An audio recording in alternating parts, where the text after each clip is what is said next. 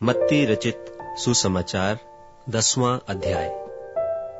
फिर उसने अपने 12 चेलों को पास बुलाकर उन्हें अशुद्ध आत्माओं पर अधिकार दिया कि उन्हें निकालें और सब प्रकार की बीमारियों और सब प्रकार की दुर्बलताओं को दूर करें। और 12 प्रेरितों के नाम ये हैं: पहला शमौन जो पतरस कहलाता है, और उसका भाई अंद्रियास, जब्दी का पुत्र याकूब और उसका भाई यूहन्ना, फिलिप्पुस और बरतुल्मै, थोमा और महसूल लेने वाला मत्ती, हल्फई का पुत्र याकूब और तद्दै, शमौन कनानी और यहूदा इस्करियोती जिसने उसे पकड़वा भी दिया। इन 12 को यीशु ने यह आज्ञा देकर भेजा कि अन्य जातियों की ओर न जाना और सामरियों के किसी नगर में प्रवेश न करना, परंतु इस्राएल के घराने ही की खोई हुई भेड़ों के पास जाना। और चलते चलते प्रचार कर कहो कि स्वर्ग का राज्य निकट आ गया है।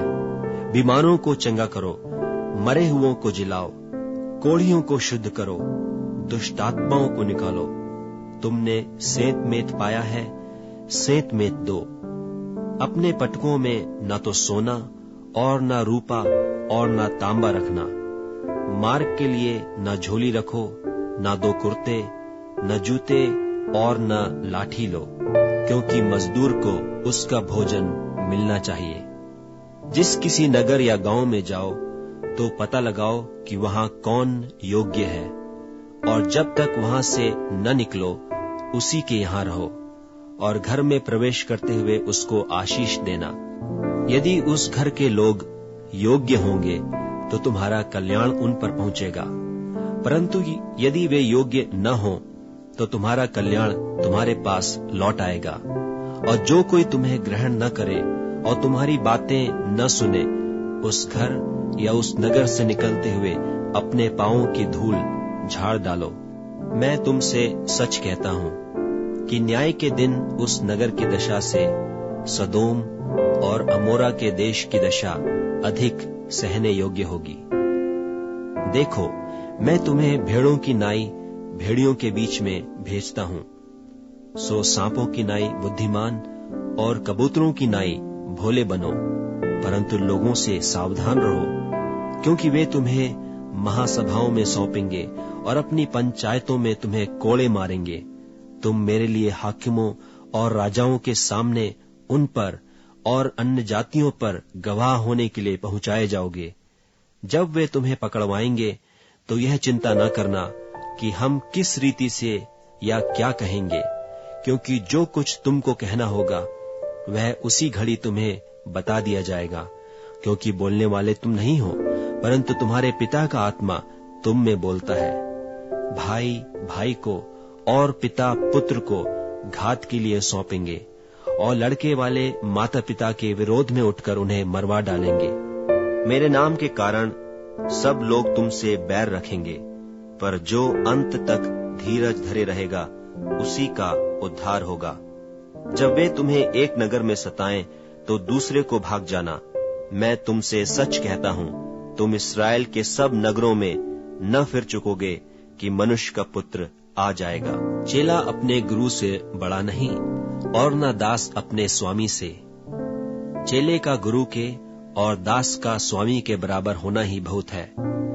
जब उन्होंने घर के स्वामी को शैतान कहा तो उसके घर वालों को क्यों न कहेंगे? सो उनसे मत डरना, क्योंकि कुछ ढपा नहीं जो खोला न जाएगा, और न कुछ छिपा है जो जाना न जाएगा। जो मैं तुमसे अंधियारे में कहता हूं उसे उजियाले में कहो, और जो कानों कान सुनते हो उसे कोठों पर से प्रचार करो।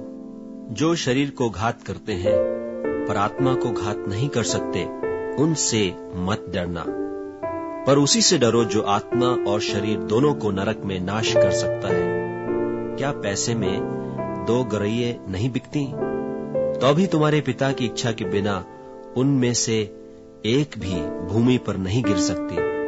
तुम्हारे सिर के बाल भी सब गिने हुए हैं। इसलिए डरो नहीं, तुम बहुत गौरैयों से बढ़कर हो। जो कोई मनुष्यों के सामने मुझे मान लेगा उसे मैं भी अपने स्वर्गीय पिता के सामने मान लूंगा। पर जो कोई मनुष्यों के सामने मेरा इनकार करेगा, उससे मैं भी अपने स्वर्गीय पिता के सामने इनकार करूंगा। यह ना समझो कि मैं पृथ्वी पर मिलाप कराने को आया हूँ। मैं मिलाप कराने को नहीं, पर तलवार चलवाने आया हूँ। मैं तो आया हूँ कि मनुष्य को उसके पिता से, और बेटी को उसकी माँ से, और बहू को उसकी सास से अलग कर दूं। मनुष्य के बैरी उसके घर ही के लोग होंगे। जो माता या पिता को मुझसे अधिक प्रिय जानता है, वह मेरे योग्य नहीं, और जो बेटा या बेटी को मुझसे अधिक प्रिय जानता है, वह मेरे योग्य नहीं, और जो अपना क्रूस लेकर मेरे पीछे न चले, वह मेरे योग्य नहीं।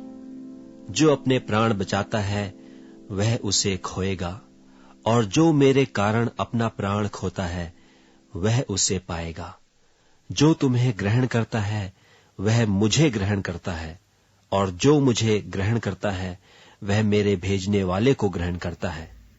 जो भविष्यद्वक्ता को भविष्यद्वक्ता जानकर ग्रहण करे, वह भविष्यद्वक्ता का बदला पाएगा, और जो धर्मी जानकर धर्मी को ग्रहण करे, वह धर्मी का बदला पाएगा।